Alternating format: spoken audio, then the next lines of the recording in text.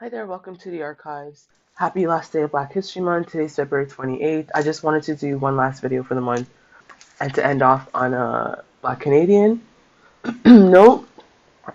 So I just picked this book up from the library this past week, so I haven't started it yet. It's called As the Earth Dreams, Black Canadian Speculative Stories.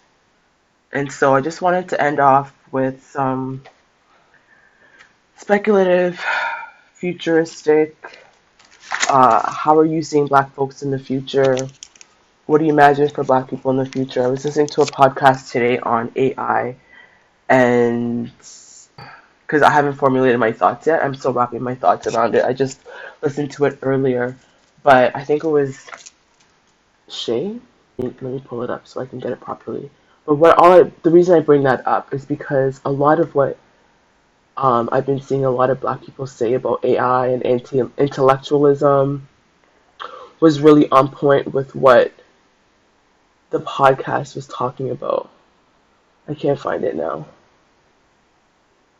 Uncovering the plan to keep you in the dark about AI. And so it was from Shae. Uncovering the plan to keep you in the dark about AI. And so it was from the IASEAI conference. I don't know what that stands for. Oh, the International Association for Safe and Ethical AI Conference, which was in Paris. It says here former White House OSTP, I don't know what that stands for, but Director Dr. Alondra Nelson introduced a concept of algorithmic agnotology, the deliberate strategic production of ignorance by AI companies to avoid accountability. And so I'll share the link in my whatever section. But I'm thinking about the future, right? She mentioned in there, do they want a future that looks like, I was going to say the Flintstones, not the Flintstones, the Jetsons or Star Trek or what have you, right? Um, or do they want like economic disparities and disruptions and chaos?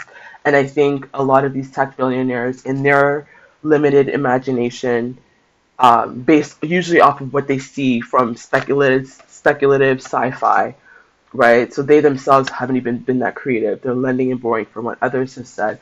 But I think to them, the only way that they can have a utopic future is for all the rest of us to have some sort of economic disparities. You okay, Mama? Chaos, blah blah blah, which is what we see now, right? Lately, I've been thinking about shame, the production of shame, and how folks will either weaponize it or how emotions move us. That was my post yesterday on LinkedIn. And I asked, please pay attention to how a lot of the billionaires are negotiating their shame, how government officials are negotiating their shame, right? People with power, how they negotiate their shame. Oh my God, I'm in the Epstein files. Everybody thinks I'm a pedophile. Oh, well, I'm going to deflect and let's start war. Drop a bomb. That's how they do. What it looks like for us is, oh my God, I'm in shame. Attack this person, go online and publicly humiliate them. Right? Different. The power is still you're still grabbing for power because you feel disempowered in that shame. We have to reach back for it, and that myself included. I'm in there. We have to reach back, pull that power back. How dare you shame me? Right? Let me shame you right quick. And publicly on top of that. Again, I'm right there with us, right? It's a very human thing. But I'm trying to be mindful of that because I can't be mad at somebody like Donald Trump for negotiating his shame so maladaptively, so egregiously, right? So disgustingly. When on a different level, I'm doing something similar. I'm starting a different type of war, maybe internally with myself. Not to get deep, let me just get into the book. All to say, I'll post a link. I've been thinking a lot about Black futures, right? What do we look like in the future? How do we move into the future? What do we do to get there? What did it look like when we get there? I haven't read this, but I'm really excited to. So, As the Earth Dreams, Black Canadian Speculative Stories. I'll read the back. It says, Edited by esteemed poet Terese Mason Pierre, this bold and innovative anthology of speculative short fiction reveals and uplifts the spectacular imaginings, reveries, reflections, experiments, and hopes of Black writers in Canada. A masseuse attends her mother's fourth funeral, only to encounter family she's never met. A postdoc instructor navigates an almost life in an elsewhere realm of safety and comfort. After societal collapse, an immigrant leaves her precarious station and her memories behind. A woman isolating from a new virus starts hallucinating. A young nanny accepts a job with a peculiar employer in search of immortality. A medium is tasked with summoning a spirit that hits too close to home. And two teenagers test a friendship over magic carpet flying practice. These 10 breathtaking stories explore natural and urban landscapes, living and dead relationships, economic catastrophe, love, and desire, all while celebrating the persistent and ever changing self and envisioning beautiful Black futures. So, some of the contributors that are in this book: Trynne Delaney is a writer currently based in Toronto, which is Toronto. That's the Indigenous name for Toronto, with deep roots in the Maritimes. They are the author of the poetic novella The Half-Drowned, winner of the Quebec Writers Federation 2022 Concordia University First Book Prize, and the award-winning debut novel A House Unsettled. You can find more of their work on their website, trynnedelaney.com. It includes Francesca Ekwuyasi. Francesca is a learner, storyteller, and multidisciplinary artist born in Lagos, Nigeria. Her debut novel, Butter, Honey, Pig Bread, which is by 2020 Arsenal Pulp Press, won the Writers' Trust Jane Ogilvy Prize for LGBTQ2S+ Emerging Writers. Francesca was a finalist for the Lambda Literary Award and the Governor General's Award for Fiction and the Amazon Canada First Novel Award, and was longlisted for the Scotiabank Giller Prize and the Dublin Literary Award. So much more to share about Francesca. Whitney French is also included. Her. Whitney is a writer, educator, and publisher. She's the editor of the award-winning anthology Black Writers Matter and Griot's 6 writers sojourn into the dark. It also includes Aline-Mwezi Niyonsenga.